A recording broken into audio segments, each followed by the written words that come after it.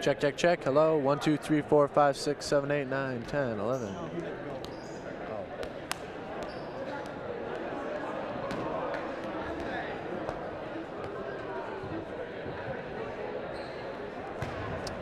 Welcome to the 2012 Michigan Dodgeball Cup here at IM West at Michigan State University. I'm Luke Ferris. Here's my partner. We just had one of the best games of the tournament so far. Overtime, Saginaw Valley State over rival Grand Valley State, 2-1 in overtime. Alex, tell me about it. Well, it was a fairly impressive move by Betrager for Saginaw Valley State. I mean, he had about 3 minutes where he had to just kill the clock and get into halftime to try and keep the game from getting out of hand. And thankfully for him, he did, which allowed the Saginaw Valley Cardinals to get into overtime and then win on a sizable man advantage in overtime, giving Grand Valley State now at 8-1 their first loss of the season. Meanwhile, Saginaw Valley State improves to 9-2. Now, Grand Valley has a quick turnaround as they play the Spartans in the next game. That's correct. This is a David and Goliath matchup, if ever there was one. These teams have played each other for at least once a year for the past 8 seasons, and every game, whether it has been 16-1, 7-1, 4-3, whatever score you want to call it, has always gone to the Grand Valley State Lakers. Typically, what's happened is it's always gotten down to a 2-on-2 matchup as the team players run back and forth, and eventually either a Spartan makes a mistake or a Grand Valley State Laker makes a spectacular catch. For whatever reason, Grand Valley has always managed to pull this one out. And I know that the captain for MSU, Sam Hiller, has made it a very important point to his team that they need to pick up a win against GVSU this season. Absolutely, and he said the last 2 weeks are some of the best practices they've had as a team, but it's still going to be a tough matchup as we get started here. Third game of the 2012 Michigan Dodgeball Cup, Michigan State versus Grand Valley. Start the game in moments.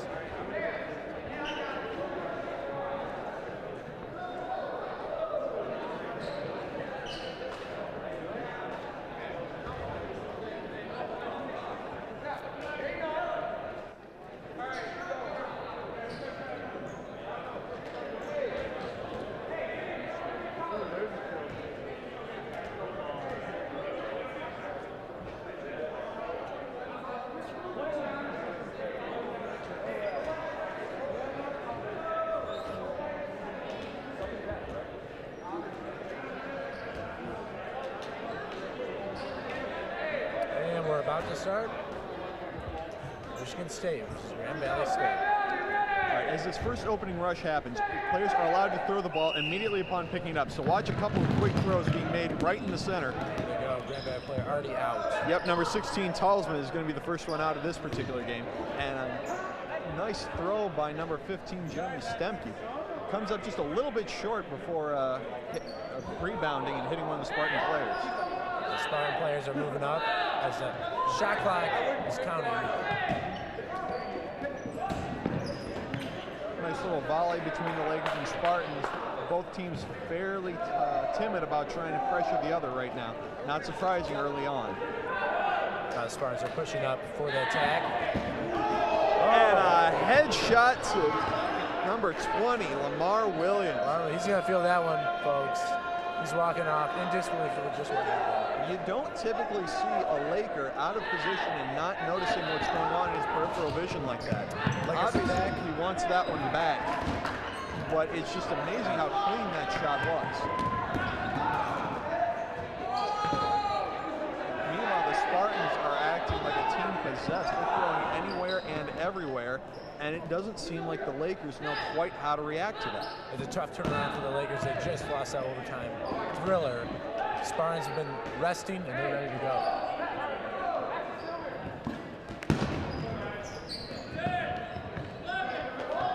Shot clock going down for the Grand Valley State Lakers. Now, notice along the sidelines, you'll often see a couple of Spartans throw and then another Spartan inside of them towards the middle of the court, keeping an eye on what there may be coming their way from the far side of the court. In other words, you have the inside man working as a blocker to allow the two players on the outside to throw with impunity.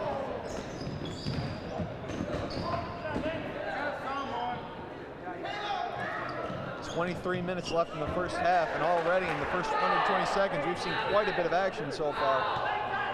I'm counting 10 Lakers left, and I believe 12 Spartans. Spartans are showing resilience, coming out strong against the Lakers. Lieblich out in island by himself. Kramer comes in to back him up.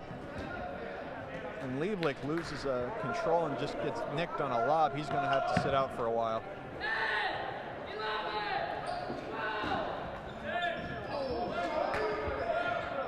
Lakers starting to move forward, but nothing terribly organized so far. It may be just because they only have 5 of the 10 dodgeballs, but it seems like the Spartans are more interested in controlling the court today.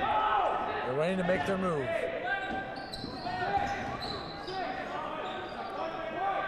Back and forth as the Spartans look to attack.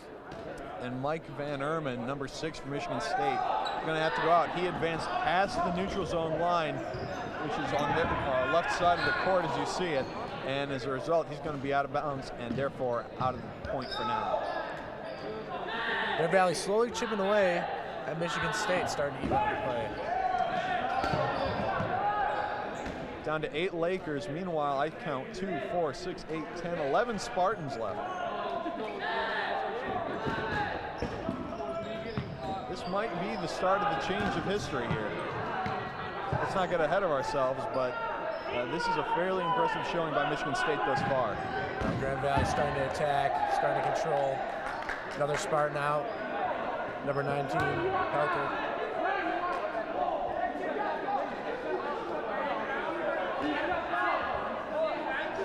A little dispute going on here. Both teams kind of chirpy right now. We already had a lot of controversy so far in the tournament. Last game, there was a lot of stoppage time, some arguments with calls. Well, you have the 4 teams remaining in the National College Dodgeball Association tournament from last year present today. So you're seeing basically a repeat of last year's semifinals down in Bowling Green, Kentucky. Acton on the left sideline gets some help from Robson, number 3 from Michigan State. Looks like they're going to wind up on the left corner here. Robson lets one loose, comes short of the mark. Spartans decide to retreat. Meanwhile, number 42 for MSU, Will Hack, out on an island on the far sideline. Shot clock going down for the Spartans. Grand Valley on the attack.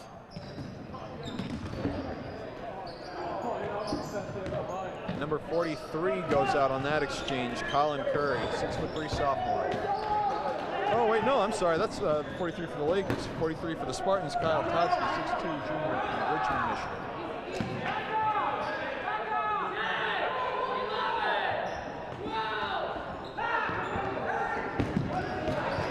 Oh, number 7 Beasley out for the Lakers.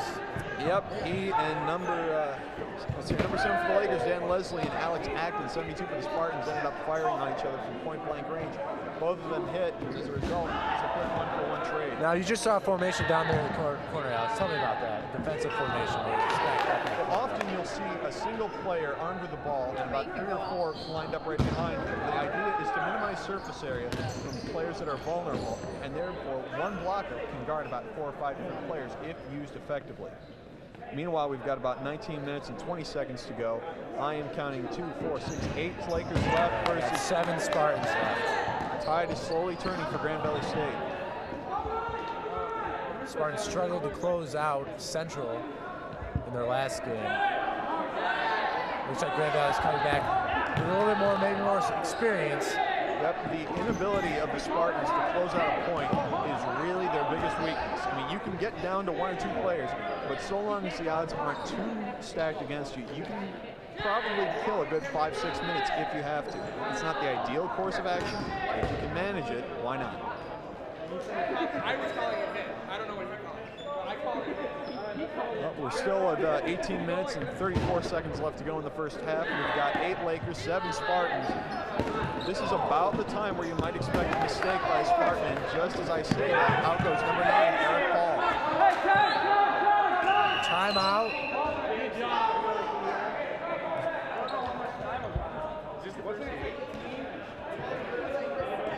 Timeout by Grand Valley State.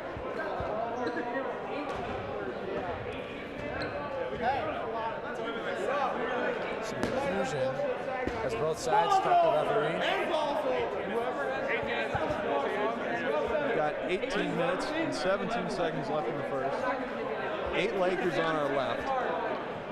6 Spartans on our right. Both have a 15-second shot clock, which means that they need to throw at a player every 15 seconds that they happen to have the ball. The catch here being that if one of the teams goes down to 5 players or less, their shot clock gets whittled down to 10.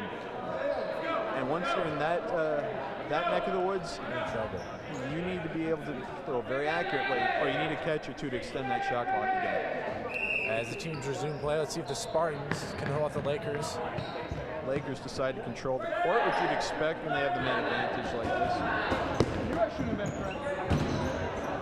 Everyone throwing, nobody hitting. Nobody out. Spartans look to go on the attack.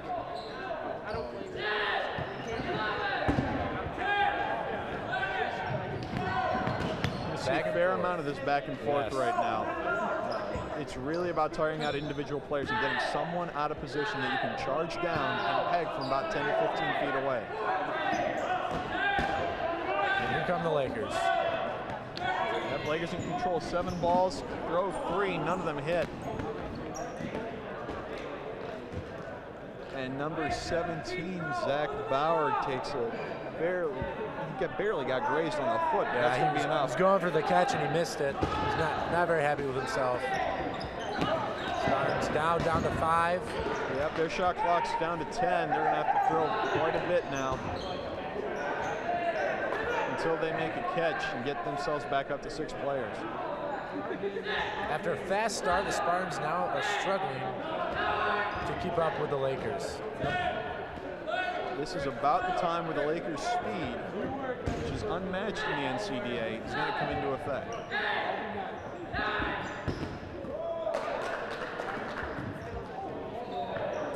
Again, a lot of back and forth. No one wants to be that guy who goes out at this point. And a lot of worry about being that person. Number 18 goes out. Now it's only 4 for the Spartans. And to make matters worse, shot clock violation on Michigan State. They did not throw a dodgeball in 10 seconds. So Grand Valley, with 7 players, has all 10 balls. Now what do you do in a situation like this if you're Michigan State? Duck. Now, in all seriousness, you either hit the deck, you juke, you do whatever you can to try and avoid 2 that come your way, and just hope that if there's one that's coming just a little slower, grab it and hold on for dear life. And 2 are out for the Spartans.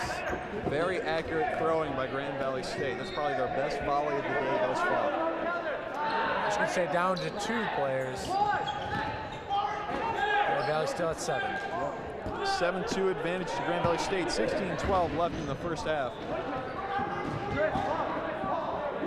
Oh, 7-3. 7-3.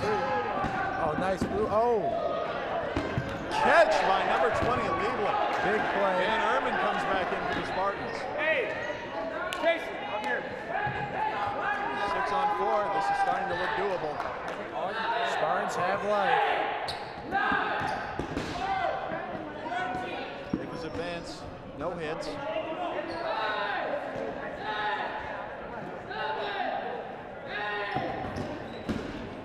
Now, the scary thing about being in this situation for Michigan State is that you want to make sure that you throw hard enough that the Laker can't catch the ball. But the effort required to do so leaves you fairly vulnerable to a counterattack, and Grand Valley can release those dodgeballs fairly quickly. So there's a very narrow, open window of opportunity that you need to strike in if you want to be effective in this situation. Are you hungry? Yeah.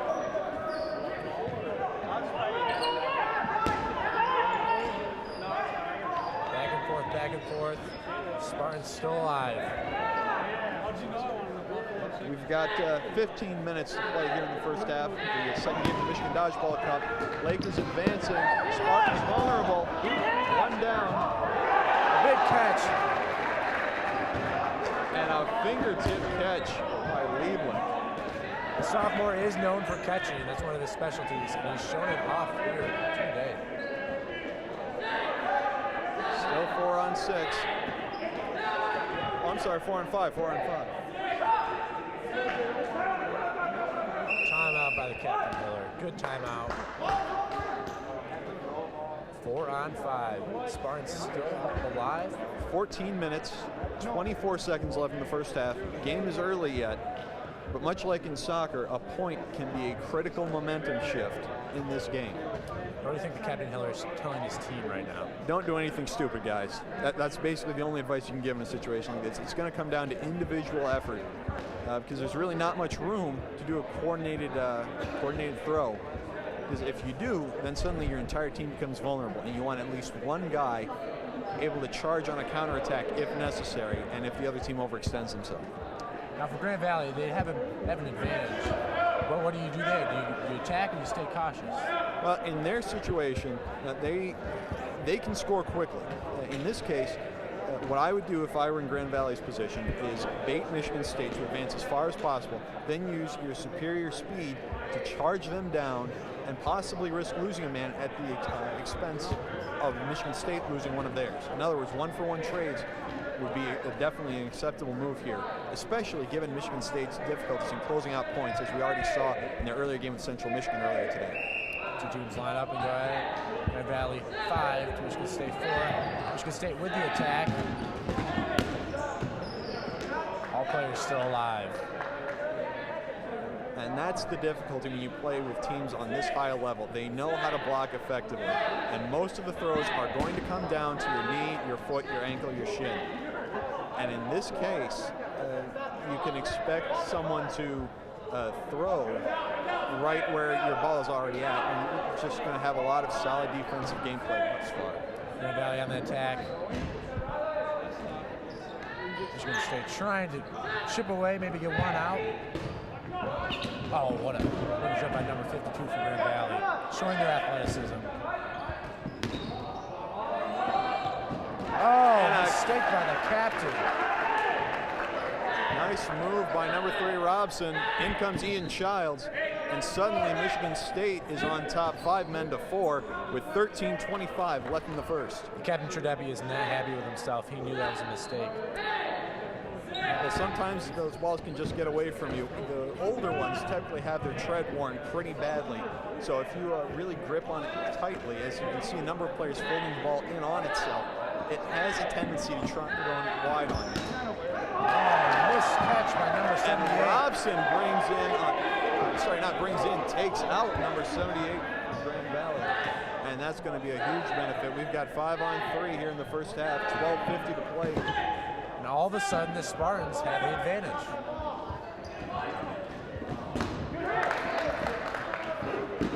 Oh, wow! What a catch! Now the question is, did he make the catch while he was still in bounds? Did he make it in bounds? The ref called it a sideline ref calling the catch. 19, Kyle Peltier's out, but in comes 20, Lamar Williams. Lamar got out early.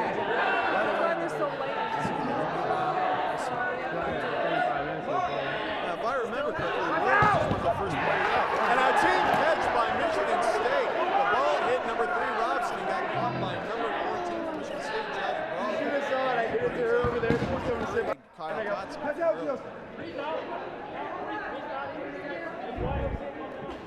Robson was out, so this 4 on 3. Around. Grand Valley going 2 corners, 1 guy in Head ref Mike McCarthy saying that Robson was already out, therefore the team catch by Brawley's no good, so Toski goes back in line. We're at 3 on 3 here at the second game of the Michigan Dodgeball Cup. 11:27 left in the first half. Dodgeball is all about, folks. A lot of space on the floor, a lot of space. Well, it looks like number 52, Brian Savala, ended up tweaking his knee a little bit. He's going to have some mobility issues the rest of this game, I think.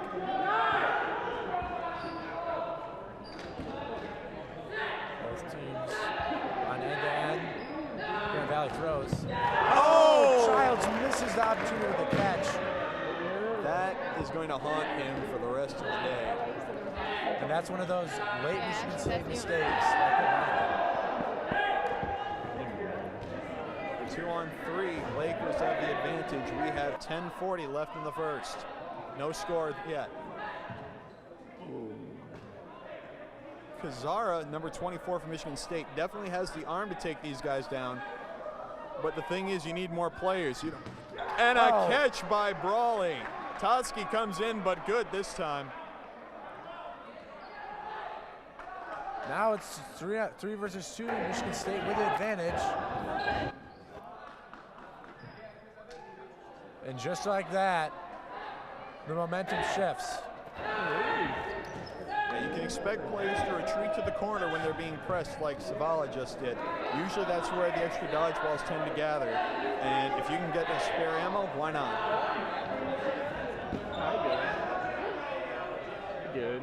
We've got 9 minutes and 48 seconds left in the first half. Spartans have a 3-2 man advantage, no score. But we're probably going to see that change in the next couple of minutes. And a shot clock violation for Michigan State. There's really nothing you can say about a situation like that except pure miscommunication. We've seen that a lot of the Spartans today. A lot of miscommunication late in games that's hurt them. Yeah, it's clear they have the ability, but for whatever reason, everyone seems to think that the playmaking ability is the responsibility of the other teammate. Maybe they just don't want to step on their toes. Maybe they just want to have a team cohesion, not have anyone think it's have an all-about-me mentality. But for whatever reason, they're just not firing on all cylinders right now. Yet, they're still in the game. And we'll see, with a 3-2 advantage, Michigan State has an opportunity to gain a point with 9:33 left. I mean, situations like this, in situations like this, a shot clock violation will not hurt you as bad as it will early on in the game, because while they may have 10 dodgeballs, they only have 2 guys who can throw it. So just spread out, or in Michigan State's case, clump together. Well, they avoid the initial attack, but Grand Valley still has the balls. Yep, Kazara, number 24, just had the top of his jersey grazed, but that's enough here. It's a game of inches. Grand Valley on the attack. And number 43, Kyle Totsky, dodges himself out of bounds and therefore out of play.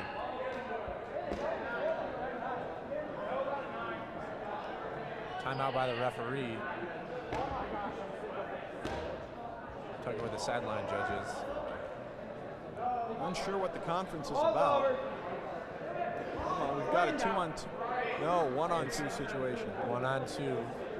Michigan State with 1. Given his track record, I wouldn't mind having Brawley be the last man standing. He's already made a couple of incredibly nice grabs. The question is, can he make one more and turn this into a 2-1 going the other way?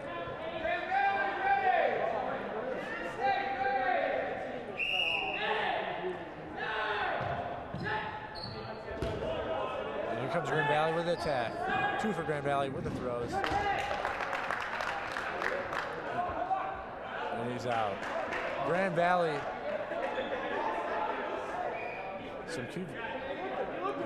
Now it is officially, he is out. Grand Valley gets a point, low confusion at the end. Grand Valley beats Michigan State for a 1-0 lead, 9 minutes left in the half. And there's plenty of time to come back from that, but it's just frustrating because you've seen this out of the Spartans, or at least if you follow dodgeball, you've seen this out of the Spartans year after year. Every time it comes down to those close matchups, but again, for whatever reason, not to use an overused cliche, but the lucky bounces always seem to be going the way of the Lakers. All right, now looks like the captain's made some subs. Is there anything going to change as far as offensively tactical for Michigan State? Well, most times the substitutions teams make are just on a numbers rotation. In other words, it's not like they have a hands crew, a power throwing crew. You just try and cycle guys in and out so that they are well rested, because this is not the only game that they're going to be playing today. They're going to play Saginaw Valley State later. They've already played Central Michigan. So it's just as much a matter of outlasting the other guy as it is about outperforming him. So I don't necessarily know that I'd make any specific changes or substitutions right now. I'd wait to see what happens over the rest of the first half, and from there, just take it as it comes.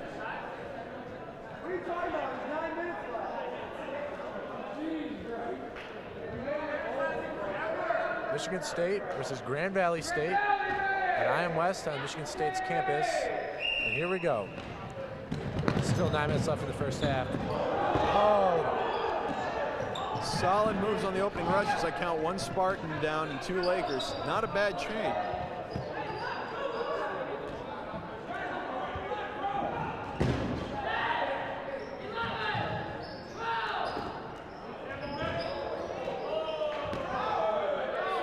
Grand Valley with possession.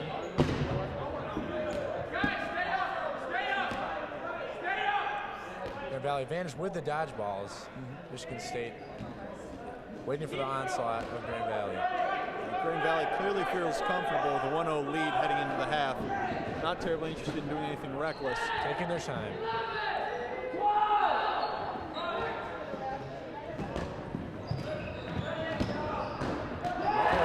Wow, what a grab by number 16 for State, Charlie Wilshire. As a result, in comes senior Dom Carruthers.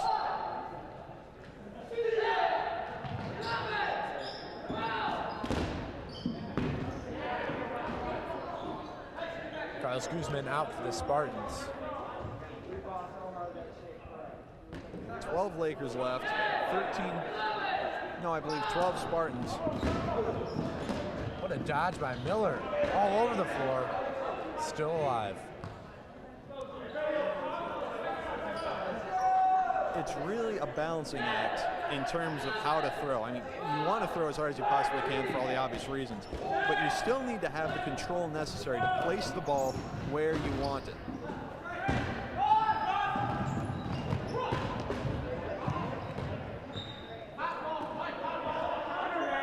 It is always fascinating to watch the player on the far sideline in the body armor, Dom Carruthers. Without question, he's the most unpredictable character in the National College Dodgeball Association. As you can tell by his throwing technique, his attire, and just about everything else about the man. He's an exciting player, highlight reel player. Oh! And that's an example right there. The underhand throwing motion gets out of the cabinet for Grand Valley. And a catch by Sam Hiller, Michigan State's captain, brings Totsky back in. This has an opportunity for the Spartans to go into the halftime with a 1-1 tie. Thing is, there's only 6 minutes and 30 seconds left, and I count 9 Lakers left on the court. Grand Valley on the far side. Oh, another catch. Incredible diving grab by, I believe, number 19. Yeah, Pelter, that's Pelter again. Incredible catch. He's been all over the court today. Flowing locks. Laying his body out there. Catches. Still 9 Lakers, and we've got just under 6 minutes to play. And I've got word that one of our cameramen just took a hit. It's a dangerous dodgeball as fans. Worse yet, the MSU Telecom department, which is recording this game, has brought out their HD cameras. So we certainly hope that the Michigan State dodgeball team won't be footing the bill for that.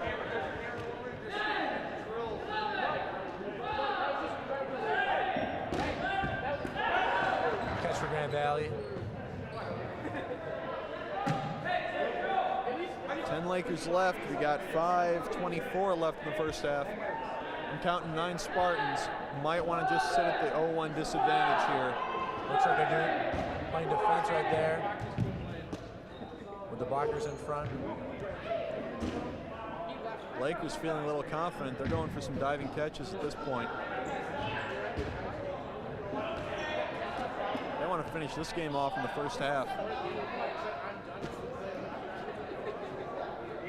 About 4:50 left. Spartans are going to have to make some moves if they want to get a point at the end of the half. Yep. Looks like we got a pop ball on the court. Refs brought in another immediately into play. On average, you'll see about 4 to 8 dodgeballs popped in the course of a given day.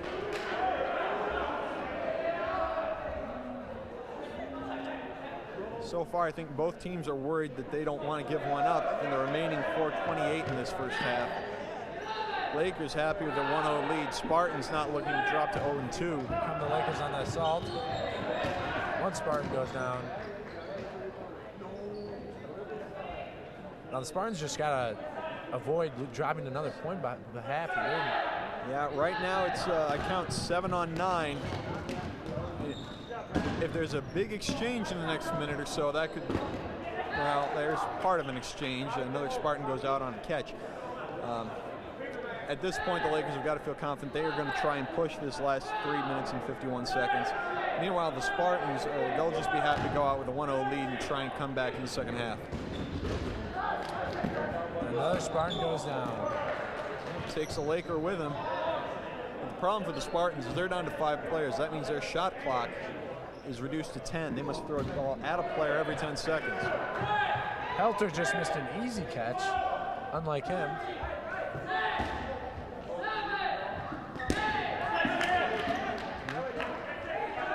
Nice grab by Dan Leslie, takes out Bauer from Michigan State. Michigan State down to 4. Grand Valley would love to have a 2-0 lead at halftime.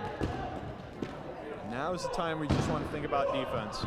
You've got 3 minutes and change, and you just don't want to have that 2-0 hole to dig yourself out of. I mean, it's easy to score a point in 25 minutes, but to have to score 2, it becomes more difficult in a game like this where defense is going to win the day.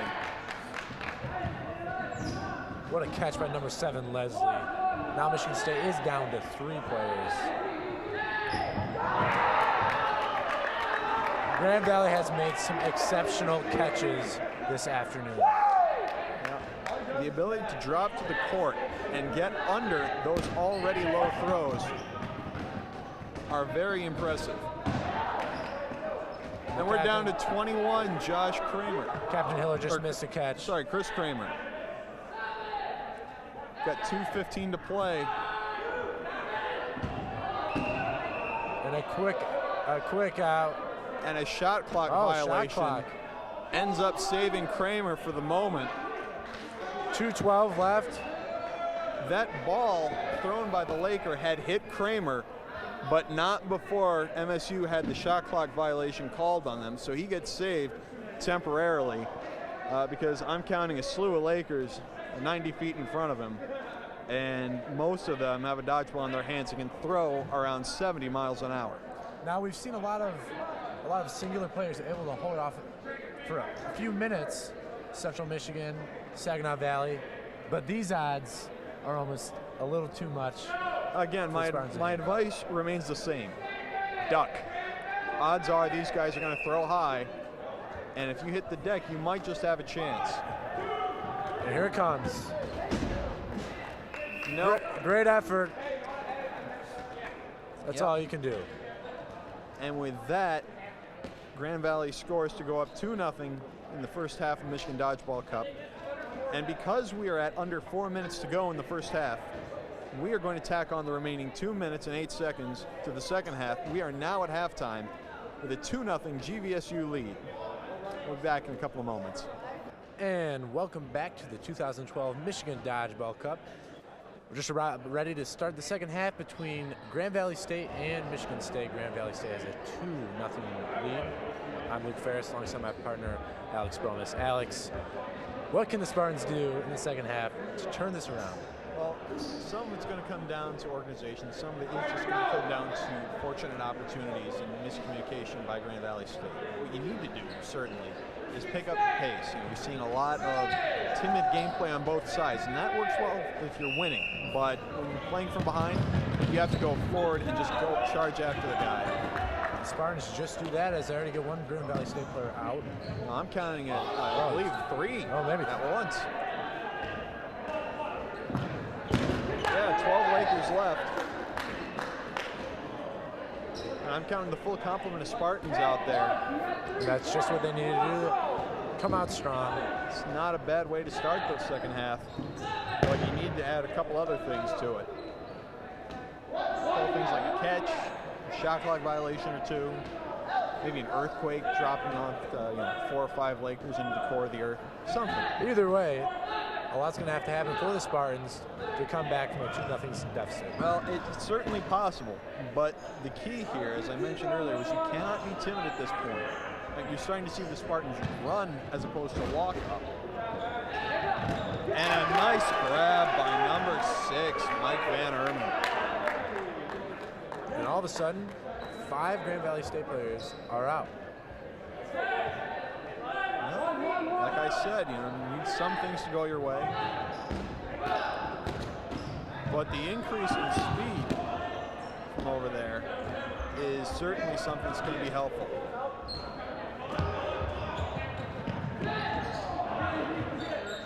And here come the Lakers taking out a pair of Spartans. I saw Childs go down. I saw 72 Acton as well. And Don Carruthers goes out for the second time this half. Spartans starting to trip over their own feet and teammates here. As we mentioned before, Grand Valley State, a Goliath in the collegiate dodgeball world. Well, the difficulty the Spartans are facing is that they're trying to minimize surface area, which is fine. But when it comes to the extent of coordination and, again, literally tripping over your teammates' feet, that can prove to be a liability.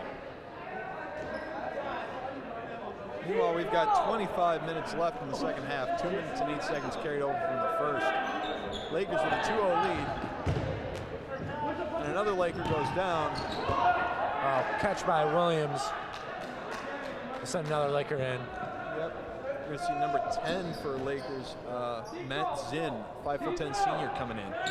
And the catching ability by Grand Valley has proven to be killer for Michigan State.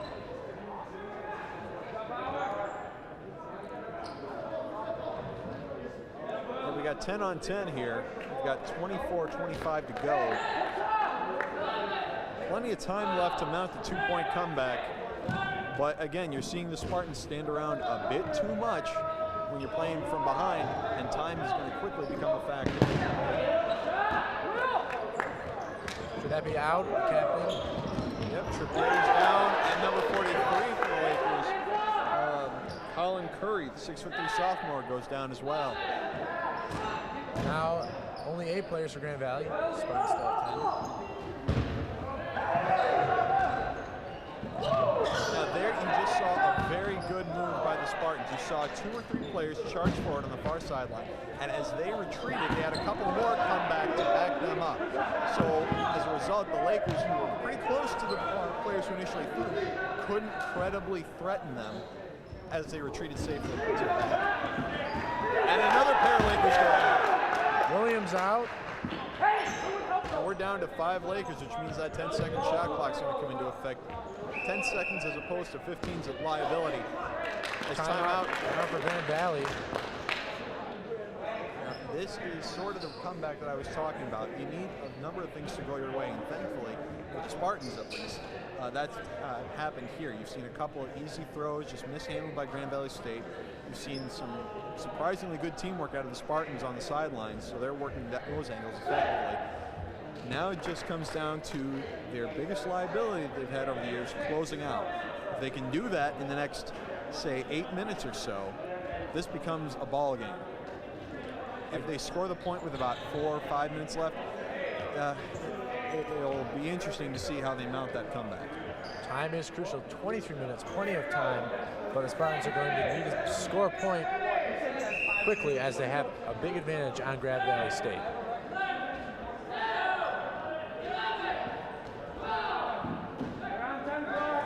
Lakers are going to be content to kill as much time as they can here, and who would blame them? They're only 23 minutes from victory here. Oh, nice attempt by Jamel Johnson, number 5 for Michigan State, but We'd like to have that one back. Another crucial miss by Michigan State. Grand Valley with a big lead. They're comfortable being in this position, and it's tough with a team like Grand Valley to come back from 2-0 because they're so talented. And the difficulty here is that all of them have a dodgeball, which means they're going to be able to block pretty much any shot that they don't like. So either you need to draw them out and have them make throws like that, which you subsequently catch, or you hope that you can somehow knock it out of their hands, which is difficult when they're folding the ball in on itself. It's called the grip throw, I'm told.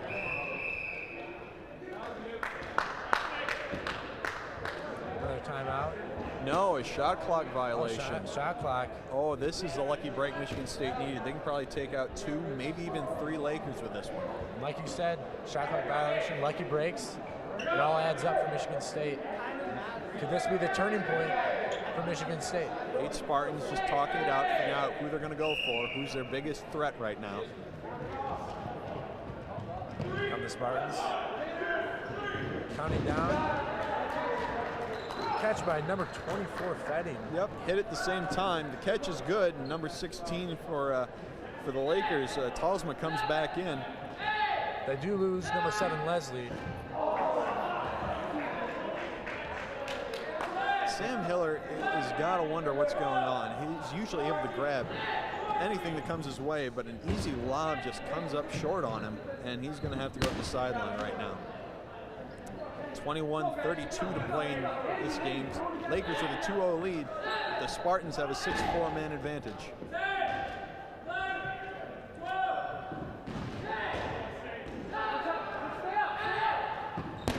Grand Valley willing to play defense and wait for the Spartans to make a mistake.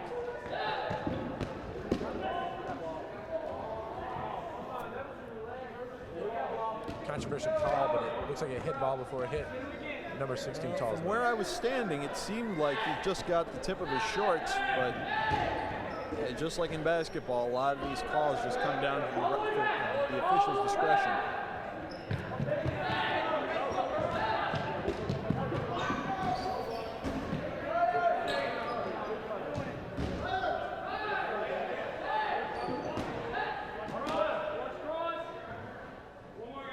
And you do have 3 officials on the other sideline calling out the shot clock as well as watching. Talsma goes down. Grand Valley has 3 players.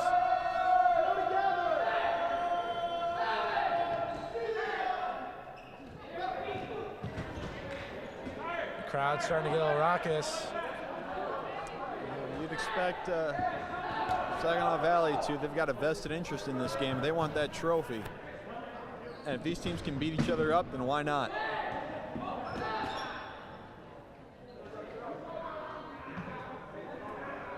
Three Lakers, 19:52 left.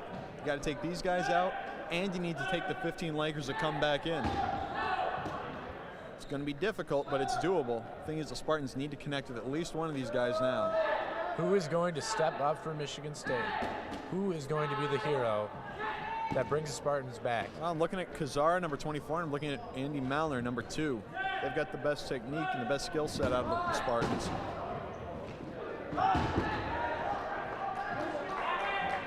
The catch for Grand Valley. And the Lakers tied up. No, yeah, they have a 4-on-4 here now with 19:12 to go in the game. And again, just a crucial mistake happening at just the worst possible time for the Spartans, right when they think they've got a lead that they can capitalize on. The Lakers end up evening the score.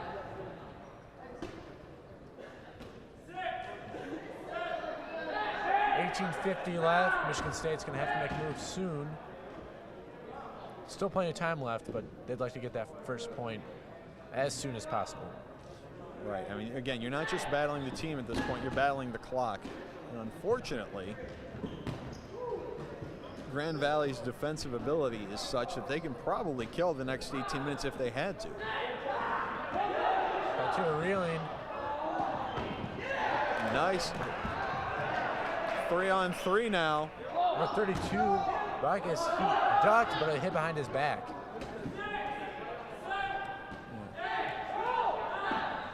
Whoa. Wide shot by Bauer. Pelletier with another great catch.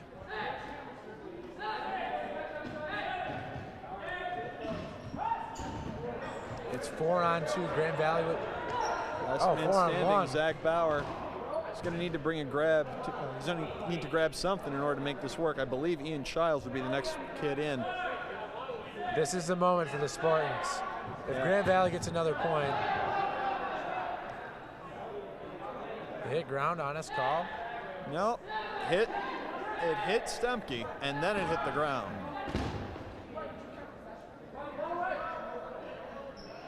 It's 3-on-1.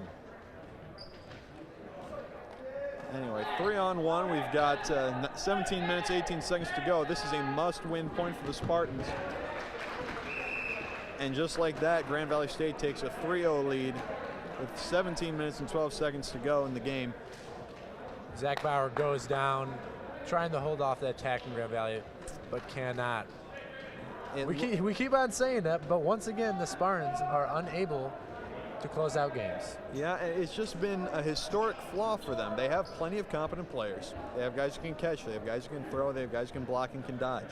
But for whatever reason, when it gets down to those situations in isolation, they just seem to fall apart. And it's unfortunate because it's one of those, there are one of those teams where you come so close, but never close enough.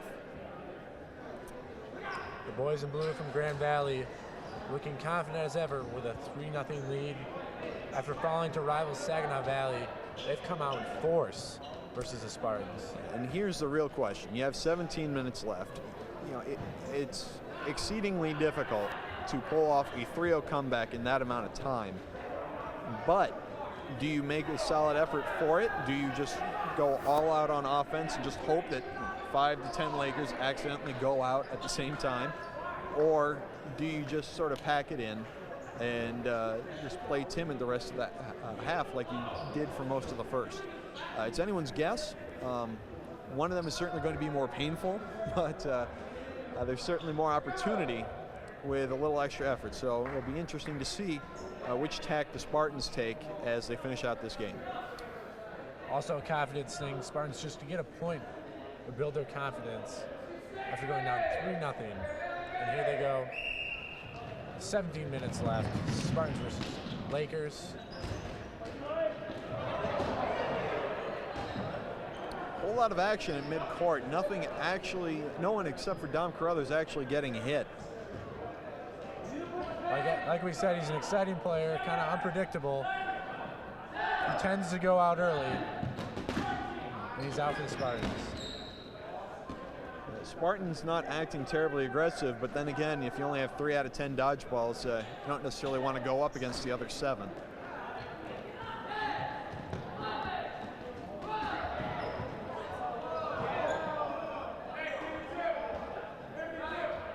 Savell tried to play off that he didn't get hit, but the ref caught him.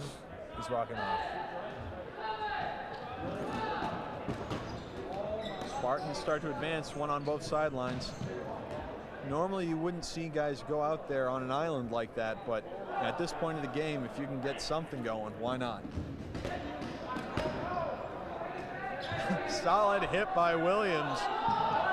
Ball popped. Jamel Johnson goes out. Williams caught the ball after it exploded after hitting Johnson.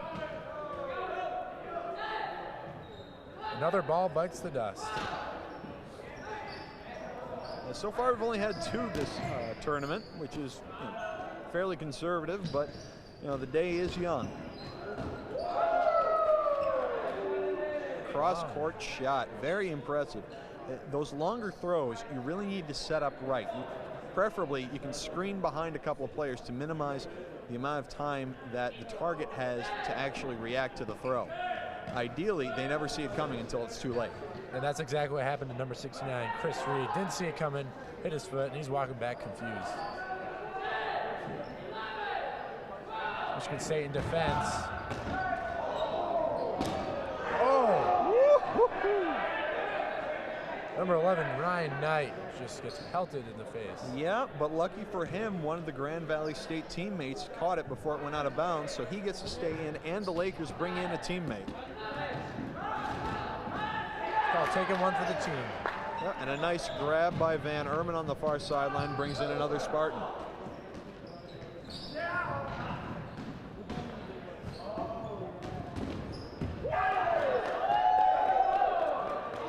And Dom Carruthers with his patented throw, about a 2-inch floater that just stays level for the entire length of the throw. And out goes number 2 for Grand Valley. Now the shoulder pads are off for Don, but is that kind of a just normal thing that he does? Dom Carruthers is a man who beats to his own drum. And that's about the most concise way I can put it.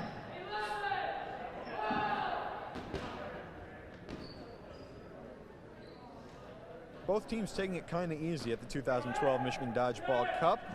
Grand Valley State currently enjoying a 3-0 lead as someone blew up the trophy. The cup is down. I repeat, the cup is down. The trophy was knocked off of its base in its entirety. Someone is going to have to foot the bill for this. I just hope it's not going to be me. And Richardson from Central Michigan looks like he's going to try to do some handiwork. Where's the glue gun?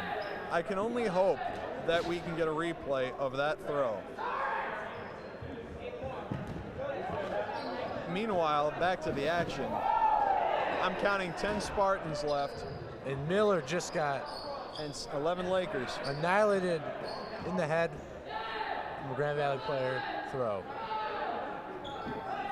Now mentally, getting hit in the face where everybody's watching, does that, walking back to the line, does that, what are you thinking after that? First off, you're thinking, ow. After you manage to regain your bearings, your face is inevitably going to go red whether you want it to or not. And you just wish you had that one back. If it's a matter of trying to catch one that just happened to be at face level, that's one thing. But if you never see that coming, I've seen kids get dropped pretty hard, and it's really the lack of awareness that's going to get you more than the throwing speed. The Blues, the boys in Blues, Grand Valley State showing their dominance today as they have an advantage on Michigan State. Nice grab by Hiller. The Here captain comes Johnson. Keeps him in and then goes out. Catch by Erman brings in Brawley. Spartans fighting for a point to keep this from being a shutout.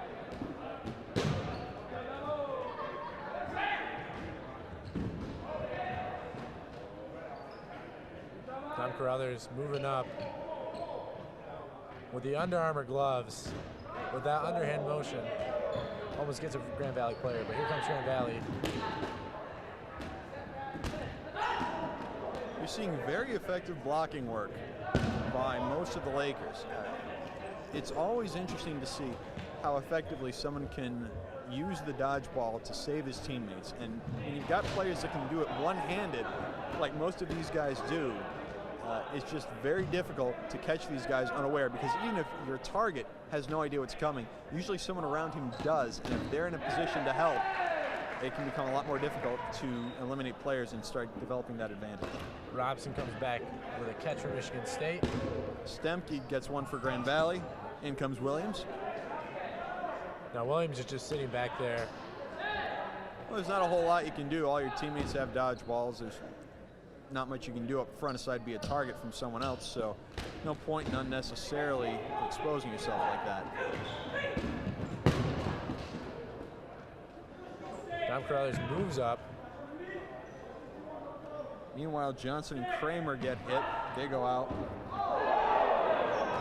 And a rare opportunity for Michigan State. James, 78, Reed for Grand Valley State just was not paying attention and got one. Well, I'm not going to say where he got it, but I think he got the idea. He's laughing it off. And an incredible grab on the near sideline by Carruthers. And a headshot on number 17 for Grand Valley. Tom Carruthers taking over the game right now, and he's loving it.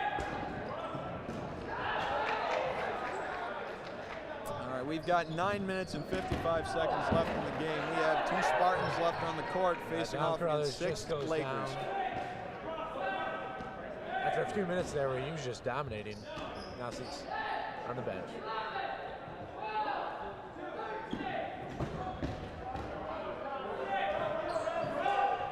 Oh, cross-court shot. Got Robson and Malner left. Robson takes a hit, mishandling a catch. Last man standing, number 2, Andy Malner from Grand Rapids. The senior all-around player. He's been there, seen that, but let's see if he can hold off Grand Valley. Next man in, I believe, would be 24, Andy Kazara. Definitely someone you want out there if you can. Oh. Williams goes down, and there it is. Oh, and number 72, Acton, comes in off the catch from Malner.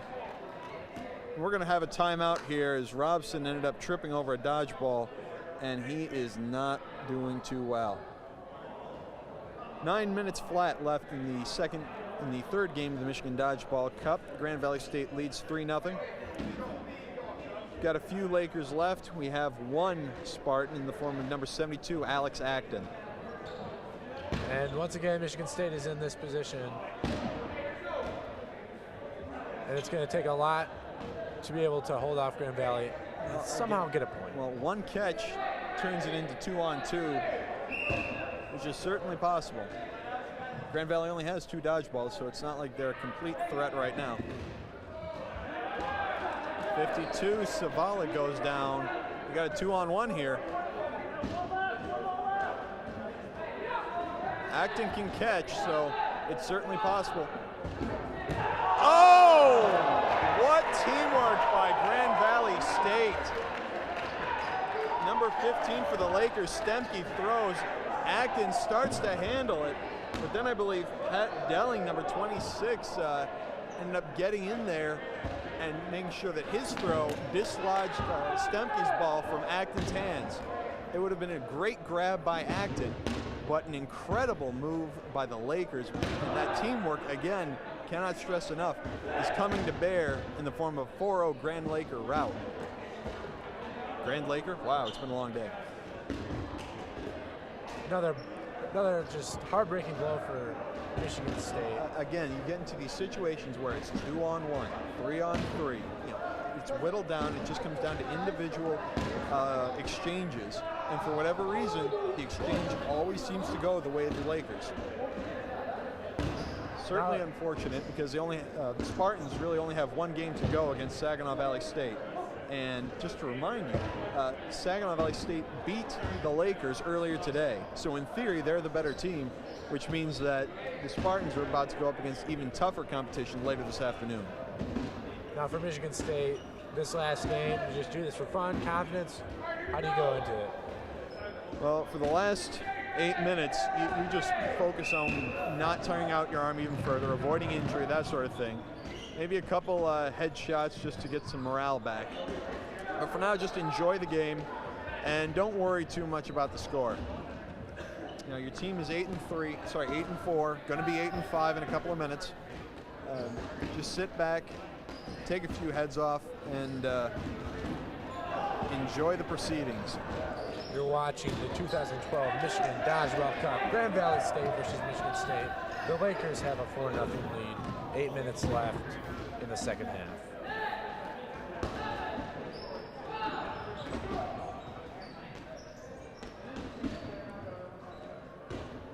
(14-14), both teams tied.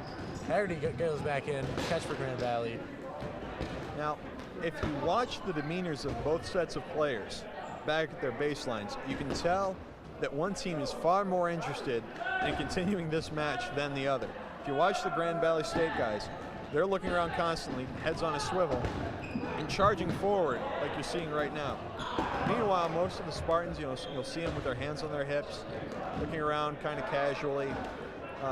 It's unfortunate. It's expected, to be fair, but one team clearly wanted it today more than the other. One player that's not backing down is Dom Carruthers. At it again. And that's the sort of mentality you want to foster, right? You know, even if you are losing, just enjoy the game, get a few people out, have some fun today.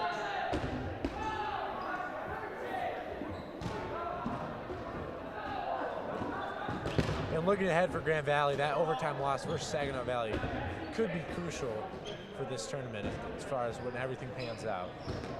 Well, the Spartans do get a bit of a rest, and Saginaw will play a game immediately before playing the Spartans, so that may come to bear.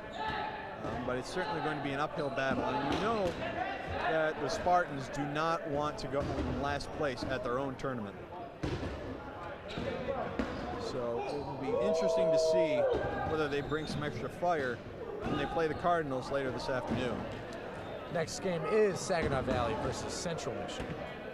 Yep. Meanwhile, 6 minutes, 12 seconds left in the second half here at the third game of the 2012 Michigan Dodgeball Cup. Lakers leading the Spartans 4-0. Meanwhile, this one's just for kicks and giggles.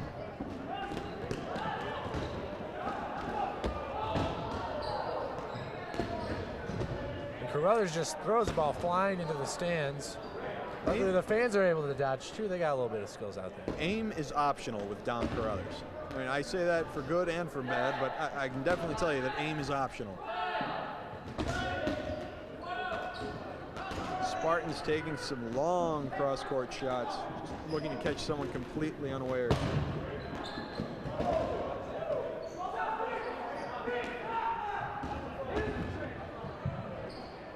Now for the Spartans, what players have you looked just so far this afternoon that's been a bright spot? Some players that stand out. Well, the ones that you really want to pay attention to in the game later today against Saginaw Valley State are going to be number 24, Andy Kazara, who really tried to keep them in it with the Central Michigan game. You want to look at number 72, Alex Acton, who you saw towards the end of that fourth point almost grab that ball to give Michigan State a 2-1 man advantage. And Eric Paul, number 9, he's able to get his body underneath just about any ball, no matter where it's thrown. And that ability is incredibly crucial when you're playing teams like these who always throw, or usually throw, at the knee or the shin or the foot where you can't readily grab it. So if I'm paying attention on the MSU Saginaw Valley State game, those are the guys I'm looking for. As far as Saginaw Valley, Spencer Jardine, number 77, their captain, has, in fairness to the rest of the Saginaw Valley team, Jardine has been the heart of their production so far today. I mean, I was seeing headshots, I was seeing catches, I was seeing blocks. He's really bringing the entire skill set with him today. And it just seems that whenever he's on the court, good things are happening. Now, as far as other players on that team, Betrager, obviously, being able to get Saginaw Valley State into overtime against Grand Valley was huge, and his ability to play defense like that will come to bear when they play the Spartans later today. And lastly, I would definitely keep an eye on Brian Janik. I mean, he hasn't produced as much as Jardine, certainly, but the guy knows no fear. I mean, he is a former Marine. Little things like dodgeballs, you're not going to catch him flinching. So you're trying to get him to stand down is more difficult than pretty much any other player on their team. So I would look at Jardine, Janik, and Betrager later today. And the Spartans will take on the cast of characters that is Saginaw Valley State later. But here, we have 3 minutes left. Grand Valley State up 4-0 versus the Spartans. Once again, Grand Valley has an advantage, and the Spartans are really looking to come up with some maybe big plays to end this game. With 3 minutes to go, 4-0 lead. You know how this game's going to end, but you just want to have one or two good memories that you can take with you to the next game. One headshot, one incredible catch, one phenomenal play that you can use to build off of going into the next game.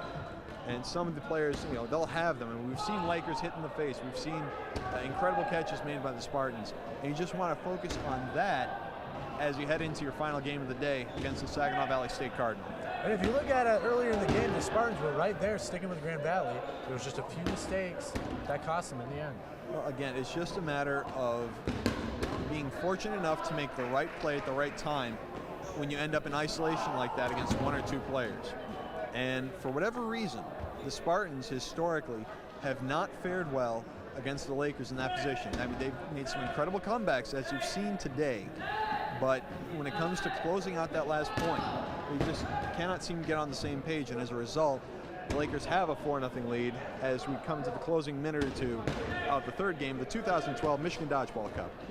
Michigan State has 4 players left, and Grand Valley has practically the entire team.